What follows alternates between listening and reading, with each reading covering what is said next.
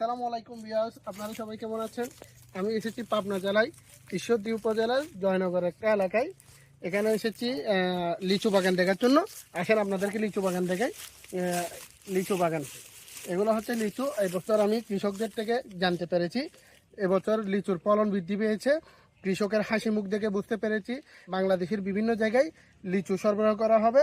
তার মধ্যে চট্টগ্রামের থেকে আমরা এসেছি নিয়ে যাওয়ার জন্য। পুরা বাগান থেকে জানতে পেরেছি লিচুর ফলন বেশি হচ্ছে, তাই আমরা এই লিচু বাগানে এসেছি। দর্শক পেরেছি বাংলাদেশের বেশিরভাগ লিচু সরবরাহ করা হয় বা পাবনা আর রাজশাহী উপজেলা থেকে। তো আমরা জানতে পারার কারণে হচ্ছে এই লিচুগুলা দেখেন আপনি, এই লিচুগুলা অনেক বড় হবে। বাংলাদেশের বিভিন্ন অঞ্চলের চাহিদা এই লিচু দিয়ে। এই লিচুগুলা বিভিন্ন সুস্বাদু হিসেবে পরিচিত আছে, তাই আমিও এখন খেতে পারতেছি না। ইনশাল্লাহ আবার আসবো, খাবো।